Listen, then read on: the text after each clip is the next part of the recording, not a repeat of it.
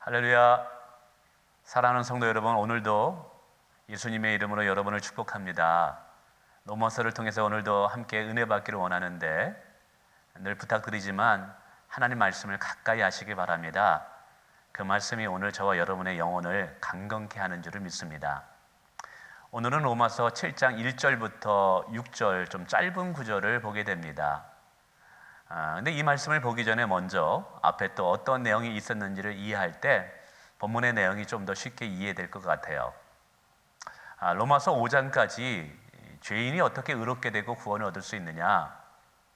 오직 하나님께서 보내신 유일한 구원자 예수 그리스도를 믿을 때 그 믿음으로 우리가 구원을 얻는다라고 말씀을 드렸습니다.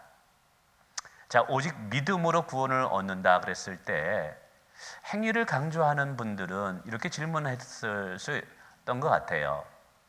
바울아, 그러면 오직 믿음으로 구원을 얻는다면 예수 믿고 나서 아무렇게도 살아도 그러면 구원이 취소되는 건 아니냐?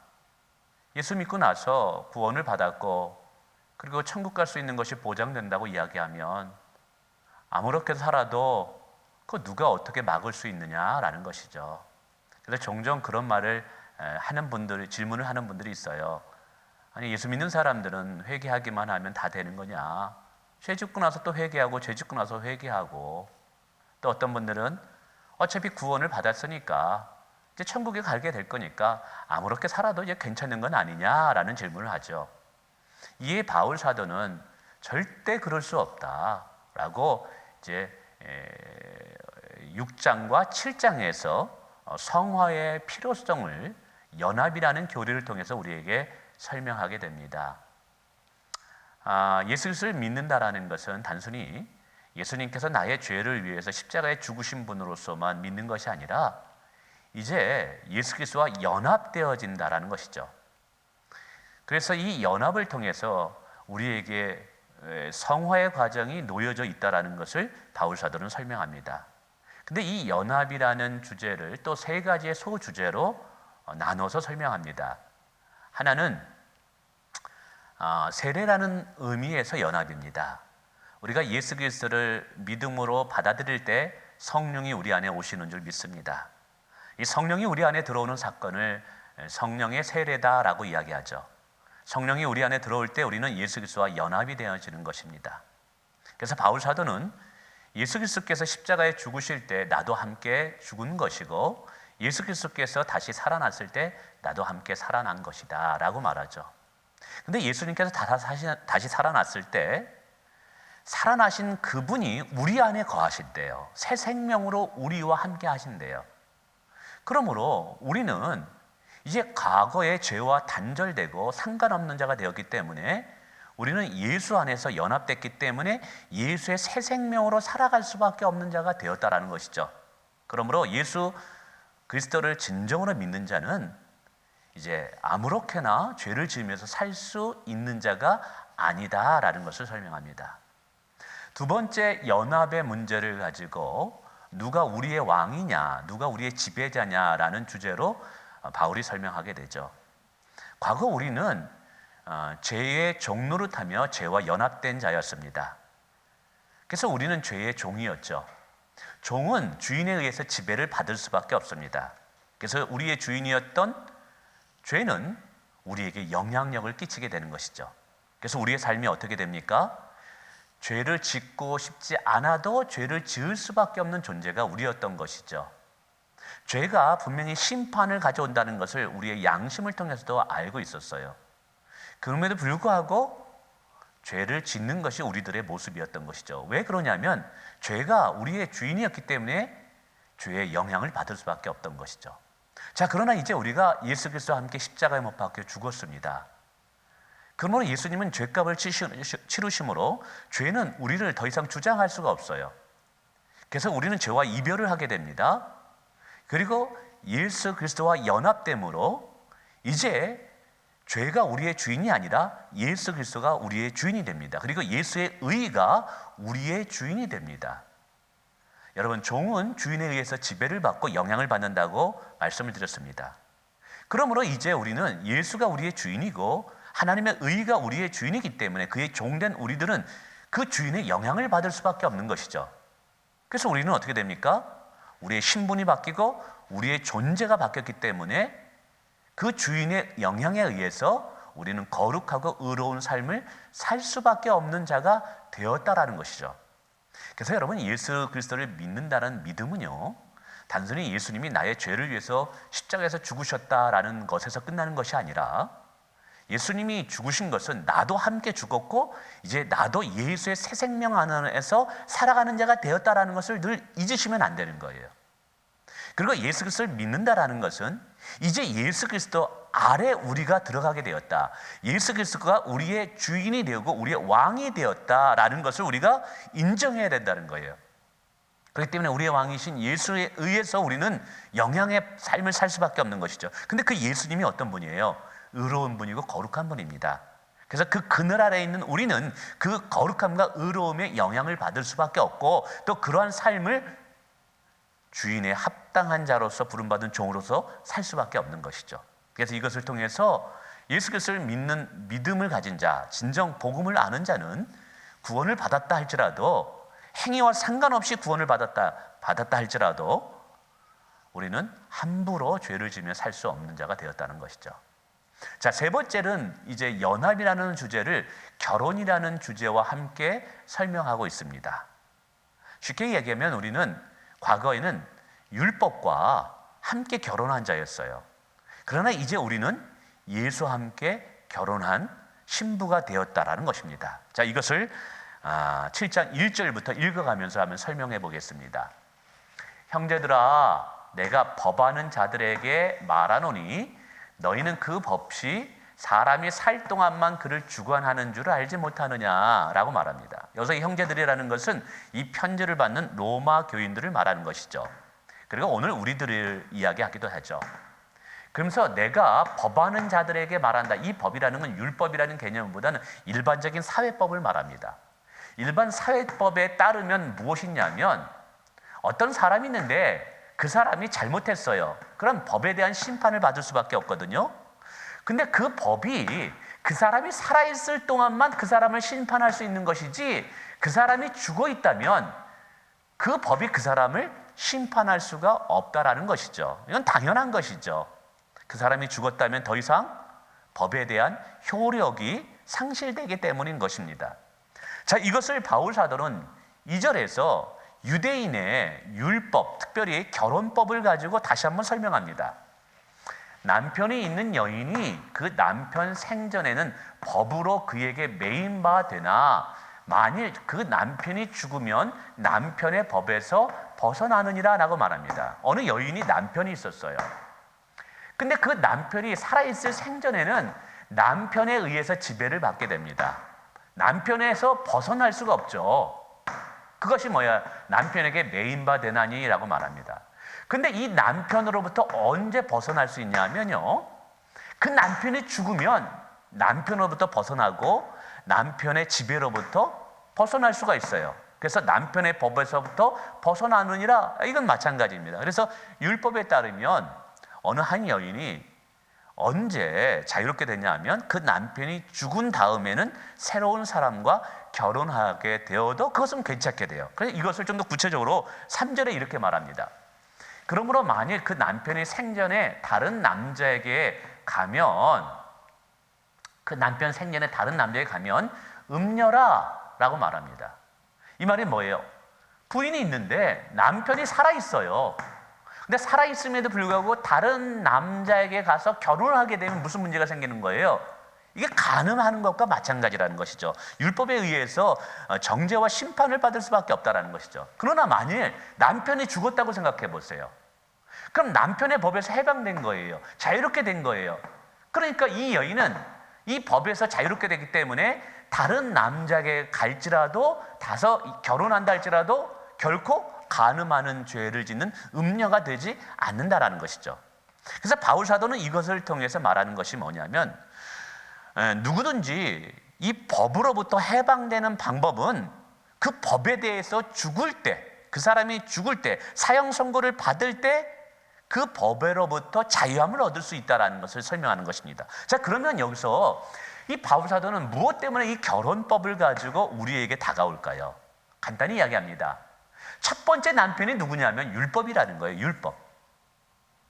율법 아래 어느 한 여인이 결혼하고 있었습니다. 근데 율법의 특징이 뭐냐면 비난하는 거예요. 정죄하는 거예요. 99가지를 잘했다 할지라도 한 가지 잘못한 것이 있다면 그 한 가지 잘못을 가지고 집요하게 너는 죄인이다 책망하고 비난하고 그리고 두려움을 가게 하고 공포를 가지게 하는 것이 율법의 특징이라는 거예요. 그러니까 이런 율법과 같은 남편 아래에 있었던 이 여인은 어떻겠어요? 늘 두려움으로 살았을 거예요. 오늘 저녁에 들어오면 또 도대체 이 남편은 뭐를 책망하고 뭐를 잘못했다고 꾸짖을까 비난할까 엄청 힘들었겠죠. 그래서 남편을 사랑하기 때문에 집안을 청소하는 것이 아니에요. 남편을 사랑하기 때문에 남편을 기쁘게 하기 위해서 저녁 반찬거리를 만드는 것이 아니에요. 청소를 하고 반찬을 만든다 할지라도 오늘 남편한테 어떤 책망을 받지 않을까 두려움과 떨림으로 그것을 준비한 거예요. 그러니까 여기는 자원함이 없는 거예요. 자유함이 없는 거예요. 그러니까 그러니까 종 노릇하면서 아내 역할을 하는 거예요. 얼마나 불행한 인생이겠어요. 그런데 이 남편이 죽은 거예요. 그래서 이제 새로운 남편과 재혼을 하게 됩니다. 근데 이게 웬일이에요? 이 남편은 은혜의 남편인 거예요. 이 남편이 누구겠어요? 두 번째 남편은 예수 그리스도입니다. 근데 이 예수 그리스도는 이 정죄와 심판과 비난을 통해서 아내를 두렵게 하는 것이 아니라 아내를 너무너무 사랑하는 거예요. 은혜와 사랑으로 아내를 대해주는 거예요. 거꾸로예요. 예전에는 99가지를 잘해도 한 가지를 잘못하면 그걸 가지고 비난하고 책망을 받았는데 이제 이게 웬일이에요? 99가지를 다 잘못해도 한 가지를 잘하면 그것 때문에 아내를 사랑한다고 이야기하고 아내를 칭찬하고 이야기하고 그러는 거예요. 그리고 이 남편이 자기를 위해서 생명까지 버리면서 이 아내를 사랑하는 거예요. 그러니까 이 아내가 이제 저녁이 되어서 집안을 청소하고 남편이 돌아올 때 남편을 위해서 식사를 준비합니다. 여러분 어떤 마음으로 하겠어요? 콧노래를 부르면서 즐거움으로 자원한 마음으로 기쁨으로 남편을 맞이할 거예요. 오늘은 또 남편에게 어떤 칭찬을 받을까? 오늘 이 음식을 먹을 때 남편이 얼마나 기뻐할까? 그래서 과거에는 억지로 두려움으로 그렇게 종노릇하면서 남편을 봉양했다면 이제는 자유함으로 남편을 어떻게 하면 기쁘게 할까라는 마음으로 가정을 또 살림을 하고 아마 이제 저녁 식사 테이블을 마련했겠죠. 아마 얼굴이 많이 달라졌을 것 같아요. 오늘 우리의 존재가 이렇다라는 거예요. 여러분 이것을 이제 4절에서 이 부부의 연합의 관계를 오늘 이제 예수 그리스도의 관계로 설명해 들어가게 됩니다. 한번 읽어보겠습니다. 그러므로 내 형제들아 너희도 그리스도의 몸으로 말미암아 율법에 대하여 죽임을 당하였으니 이는 다르니 곧 죽은 자 가운데 살아나신 이에게 가서 우리가 하나님을 위하여 열매를 맺게 하려 함이라 라고 말합니다. 자 보세요. 그러므로 내 형제들아 너희도 그리스도의 몸으로 말미암아 율법에 대하여 죽임을 당하였대요. 우리들이 그리스도의 몸으로 말미암아 율법에 대해서 죽임을 당하였다. 이게 무슨 말이냐 하면 예수 그리스도께서 십자가에 못 박혀 죽으십니다. 이때 십자가에 죽으신 이유는 우리의 죄값을 속량하기 위해서 죽으신 것이죠. 그래서 예수님은 십자가에서 자신의 몸을 화목제물 희생제물로 드림으로 말미암아 우리의 죄의 문제를 완전히 사해 줍니다. 그리고 나도 예수와 함께 십자가의 죽음으로 인해서 죄와 상관이 없는 자가 됩니다. 근데 이 율법은 뭐냐 하면 죄를 통해서 우리를 정죄해요. 율법은 죄를 통해서 우리에게 영원한 심판이 있다라는 것을 정죄하고 우리를 두렵게 해요. 근데 죄에 대해서 죽었으니까 율법은 더 이상 죄를 가지고 우리를 정죄하거나 우리에게 율법이 왕노릇할 수가 없게 된 거예요. 그래서 율법이 과는 우리가 상관없는 자가 되었다라는 것을 율법에 대하여 죽임을 당하였다라고 표현하고 있다라는 거예요. 그러니까 이 말은 뭐예요? 과거에 남편이 율법으로부터 우리는 죽음을 당하기 때문에 더 이상 율법이 우리의 남편이 되지 않는다라는 이야기예요. 이는 곧 죽은 자 가운데서 살아나신 이에게 가서라고 말합니다. 여기서 죽은 자 가운데 살아나신 이가 누구겠어요? 예수 그리스도입니다. 이제 그 남편에 대해 죽었기 때문에 우리가, 여러분, 믿음이라는 것은 예수 그리스도와 연합이라고 얘기했어요. 예수가 죽었을 때 나도 함께 죽은 것이고, 예수가 살아났을 때 나도 함께 살아난 것입니다. 근데 그 살아났을 때 오늘 바울은 무엇으로 표현하냐면 새 신랑을 맞이했다고 이야기하고 있어요. 이제 율법에 대해서 죽었기 때문에 과거의 남편과 완전히 단절된 거예요. 그 남편은 더 이상 우리를 주장할 수 없어요. 왜? 그 과거의 남편에 대해서 우리가 죽었으니까. 그리고 이제 살아남으로 새 남편을 맞이하게 된 거예요. 그 새 남편이 누구냐면 살아나신 예수 그리스도입니다.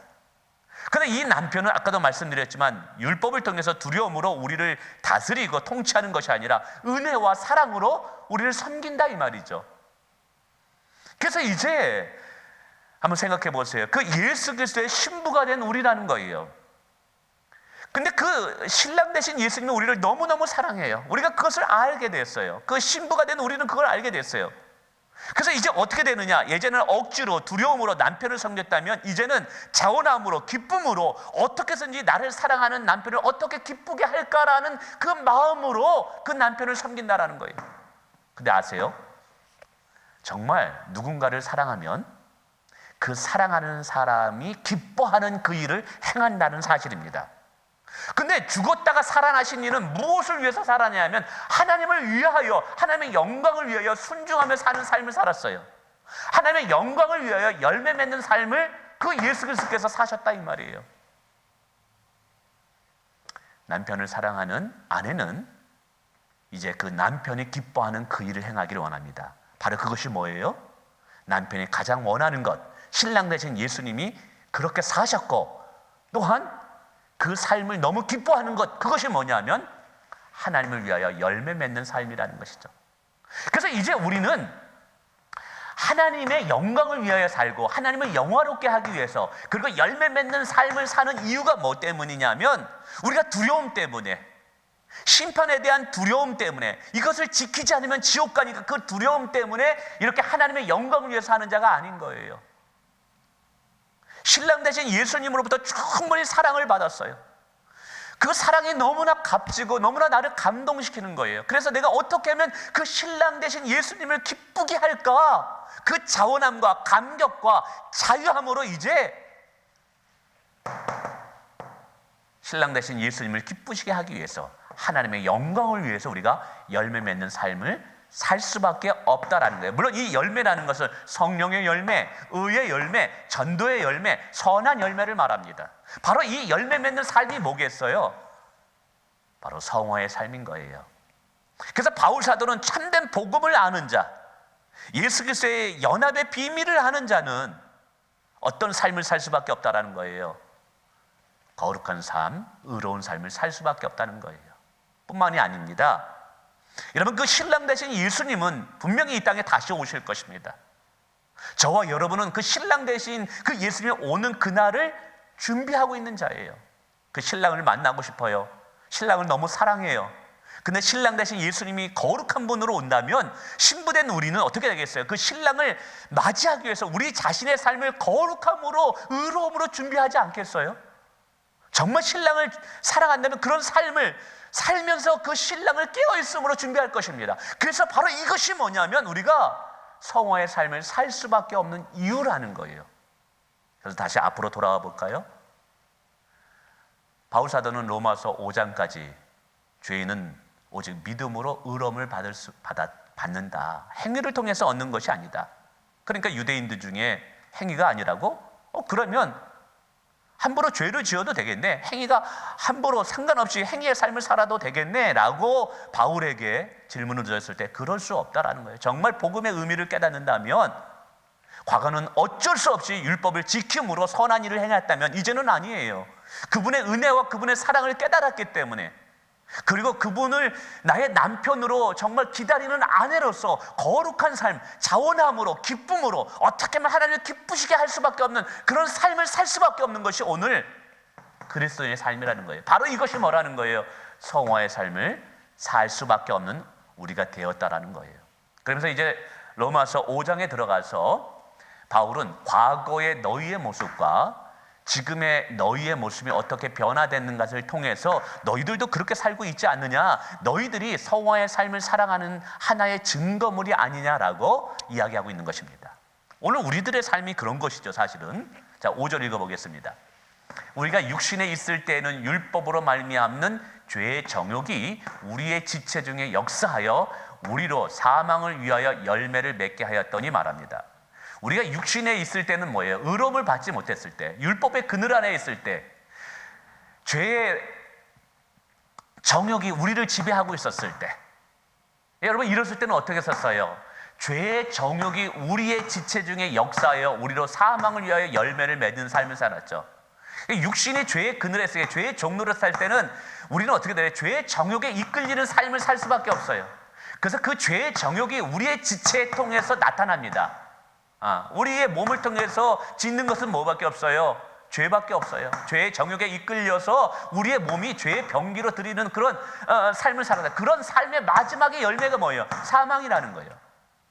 근데 오늘 바울 사도는 여기서 율법과 관계에서 우리가 얼마나 죄성에 물들어 있는지를 이것을 가지고 설명합니다. 그런데 이것이 이제 5절과 8절과 11절에도 이거 비슷한 내용을 이제 반복적으로 얘기합니다. 이것입니다. 율법으로 말미암는 죄의 정욕이 우리 지체 중에 역사하여라는 단어입니다. 과거 우리가 믿지 않았을 때, 육신의 정욕 안에 있었을 때, 육신의 소욕 안에 살았을 때는 율법으로 말미암는 죄의 정욕이라고 말합니다. 율법으로 말미암는 죄의 정욕. 마치 이것이 우리에는 율법이 우리로 하여금 죄를 짓게 하는, 그래서 율법을 선하지 못한 것으로 이렇게 이해하게 하는 것처럼 느껴질 때가 있습니다. 그러니까 율법이 죄를 짓게 하는 동기부여를 하게 하는 것처럼요. 근데 율법은 사실은 선한 것입니다. 7절에 들어가서 율법은 악한 것이 아니다라는 것을 이제 표현함으로 이것을 이제 바울이 다음에 또 설명합니다. 그럼 이게 무슨 의미냐? 이런 거예요. 율법은 특징이 뭐냐면 무엇이 죄인지를 드러나게 하는 것이 율법이에요. 그래서 율법은 사람을 하면 이거는 죄다라는 것을 가르쳐 주는 것이 율법이에요. 근데 어떤 사람이 무슨 일을 했다 이 말이에요. 악한 일을 했다 이 말이에요. 아니면 이걸 하지 말라라는 이야기를 율법을 통해서 들었어요. 근데 이 죄성이 어느 정도 죄성이냐 하면 율법을 통해서 그건 죄다라고 이야기했을 때 사람의 본성이 어떻게 나타나냐면 그래? 그래서 나는 그거를 짓고 싶으냐 하는 열망이 일어난다는 거예요. 쉽게 얘기하면 공원에 가던데 잔디밭을 받지 마세요 라는 푯말이 써 있습니다. 아니면 꽃을 꺾지 마세요 라는 푯말이 있어요. 근데 그것을 보면서 뭐 하지 말라고? 네가 뭔데? 나보고 이런 걸 하지 말라 그래? 그러면서 그 일을 더하게 하는 것이 인간의 본성이라는 거예요. 그래서 율법은 이거는 죄라고 이야기하는데 사람이 뭐냐면 네가 뭔데 나보고 이게 죄라고 얘기해? 그러면서 그래 난 그거 더 지을래 라고 하면서 더 율법으로 말미암아 더 죄를 짓고자 하는 그러한 마음들이 우리 가운데 일어난다는 거예요. 그래서 이것은 율법이 죄를 짓게 하는 것이 아니라 우리 안에 있는 죄성이 이만큼 타락되어 있다라는 것을 설명하는 것입니다. 이렇게 인간은 구제불능이었다는 것이죠. 그런 구제불능의 마지막이 뭐라는 거예요? 그 열매가 사망의 심판을 받을 수밖에 없다라는 것이죠.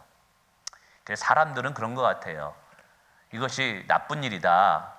그거 하지 마. 그건 옳지 못해. 그러면 네가 뭔데 나한테 그런 말을 해? 그러면서 그 일을 더 합니다. 사춘기 아이들 보세요.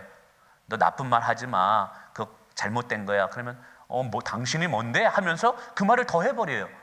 바로 이런 모습이다. 이만큼 우리가 죄성이 있었다는 거예요. 과거 우리의 몸이, 우리의 육신이 이렇게 죄의 정욕으로 우리 지체를 내어줬다는 거예요. 근데 이제 어떻게 됐습니까? 적극적으로 죄를 지었던 자들이었다면 과거는 이제 우리는 어떻게 되었는가 보십시오. 이제는 우리가 얽매였던 것에 대하여 죽었으므로 라고 말합니다. 얽매였던 것이 뭐예요? 율법이에요. 율법.